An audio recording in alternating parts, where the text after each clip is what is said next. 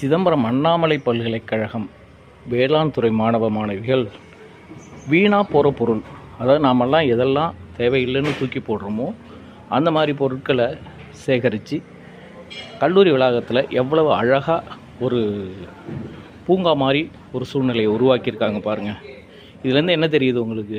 எதுவுமே தேவையில்லை அப்படின்னு நம்ம ஒதுக்கிறத விட அதை எப்படி பயன்படுத்த முடியும், அதை எப்படி செஞ்சால் கலைநயமாக இருக்கும் அப்படின்னு நம்ம யோசிக்கணும். நம்ம சாதாரணமாக தூக்கி போடுற ஒவ்வொரு பொருளும் ஒவ்வொரு விதத்தில் அழகு பெறுது பாருங்கள். அப்படித்தான் நாமும் சில மனிதர்களை தூக்கி போட்டுடுறோம். ஆனால் என்றைக்காவது ஒரு காலகட்டத்தில் அவங்களோட உதவி நமக்கு தேவைப்படும் போது நாம் அவங்ககிட்ட போய் நிற்கும்போது ரொம்ப தர்ம சங்கடமாக இருக்கும். இப்போயாவது தெரிஞ்சுக்கிங்க, அதாவது இந்த உலகத்தில் எதுவுமே வேஸ்ட்டு கிடையாது. எல்லாமும் ஏதாவது ஒரு விதத்தில் பயன் தரக்கூடிய ஒன்று தான். பழைய சைக்கிளாக இருக்கட்டும், ஒரு குப்பை தொட்டியாக இருக்கட்டும், இல்லை ஒரு டயராக இருக்கட்டும், இதெல்லாம் வாழ்க்கை கற்றுத்தந்த பாடம். சபாஷ் மாணவர்கள்.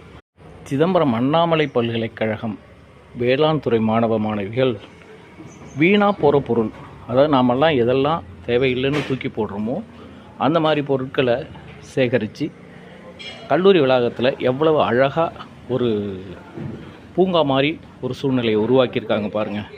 இதுலேருந்து என்ன தெரியுது உங்களுக்கு? எதுவுமே தேவையில்லை அப்படின்னு நம்ம ஒதுக்கிறத விட அதை எப்படி பயன்படுத்த முடியும், அதை எப்படி செஞ்சால் கலைநயமாக இருக்கும் அப்படின்னு நம்ம யோசிக்கணும். நம்ம சாதாரணமாக தூக்கி போடுற ஒவ்வொரு பொருளும் ஒவ்வொரு விதத்தில் அழகு பெறுது பாருங்கள். அப்படித்தான் நாமும் சில மனிதர்களை தூக்கி போட்டுடுறோம். ஆனால் என்றைக்காவது ஒரு காலகட்டத்தில் அவங்களோட உதவி நமக்கு தேவைப்படும் போது நாம் அவங்ககிட்ட போய் நிற்கும்போது ரொம்ப தர்ம சங்கடமாக இருக்கும். இப்போயாவது தெரிஞ்சுக்கிங்க, அதாவது இந்த உலகத்தில் எதுவுமே வேஸ்ட்டு கிடையாது.